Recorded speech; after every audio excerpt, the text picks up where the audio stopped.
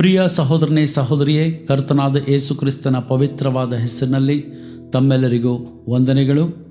ಈ ದಿನದ ದೇವರ ವಾಕ್ಯ ಜ್ಞಾನೋಕ್ತಿಗಳು 24ನೇ ಅಧ್ಯಾಯ 3ನೇ ವಚನ. ಮನೆಯನ್ನು ಕಟ್ಟುವುದಕ್ಕೆ ಜ್ಞಾನವೇ ಸಾಧನ, ಅದನ್ನು ಸ್ಥಿರಪಡಿಸುವುದಕ್ಕೆ ವಿವೇಕವೇ ಆಧಾರ.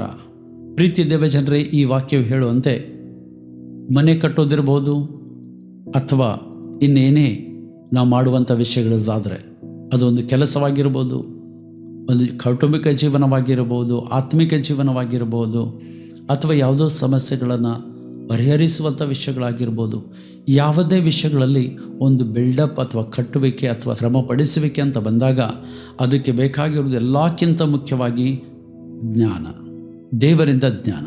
ಎರಡನೇದಾಗಿ ಆ ಜ್ಞಾನವನ್ನು ಸರಿಯಾದ ರೀತಿಯಲ್ಲಿ ಬಳಸುವುದಕ್ಕೆ ಬೇಕಾದಂಥ ಡಿಸರ್ನ್ಮೆಂಟ್, ವಿವೇಕ ನಮಗೆ ಬೇಕು. ಅವುಗಳ ಮೂಲಕ ನಾವು ಒಳ್ಳೆಯ ಜೀವಿತವನ್ನು, ಮನೆಯನ್ನು, ವ್ಯವಸಾಯವನ್ನು ಅಥವಾ ನಮ್ಮ ಕೆಲಸವನ್ನು ನಾವು ಕಟ್ಟಲು ಶಕ್ತರಾಗ್ತೇವೆ. ಕರ್ತನು ನಮ್ಮೆಲ್ಲರನ್ನು ಆಶೀರ್ವದಿಸಲಿ.